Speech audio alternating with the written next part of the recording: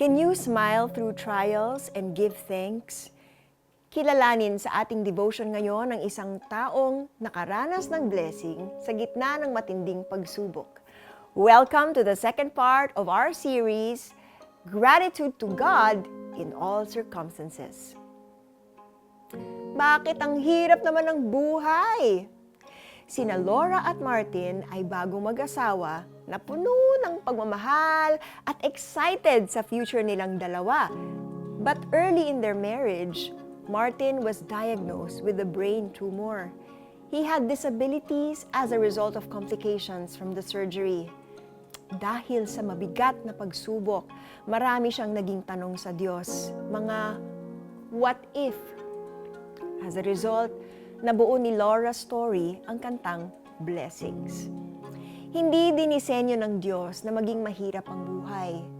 God created the perfect life for Adam and Eve with Him in the Garden of Eden. They had everything they needed in paradise. But when they disobeyed God, their sin ruined everything.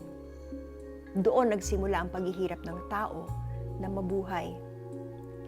Patuloy nating nararanasan ang ripple effects of Adam and Eve's disobedience to God. Pero kahit mahirap ang buhay dito sa lupa, nakakapagpagaan naman ang pangako ng Panginoong Hesus sa mga sumasampalataya sa Kanya.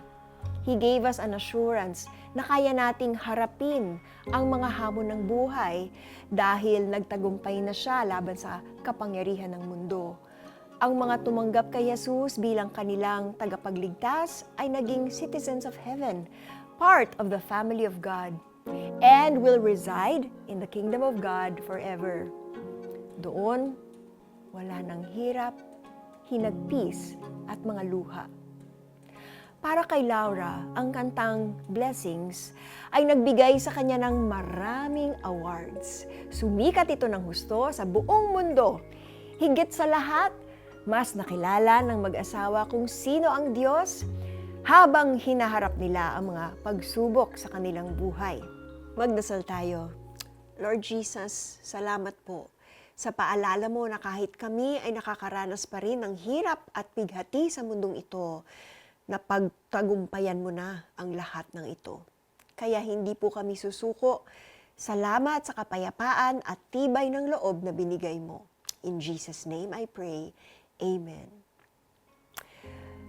Why don't you listen to Blessings by Laura Story and ask God for the grace to face your trials so they can be turned into a testimony for His glory.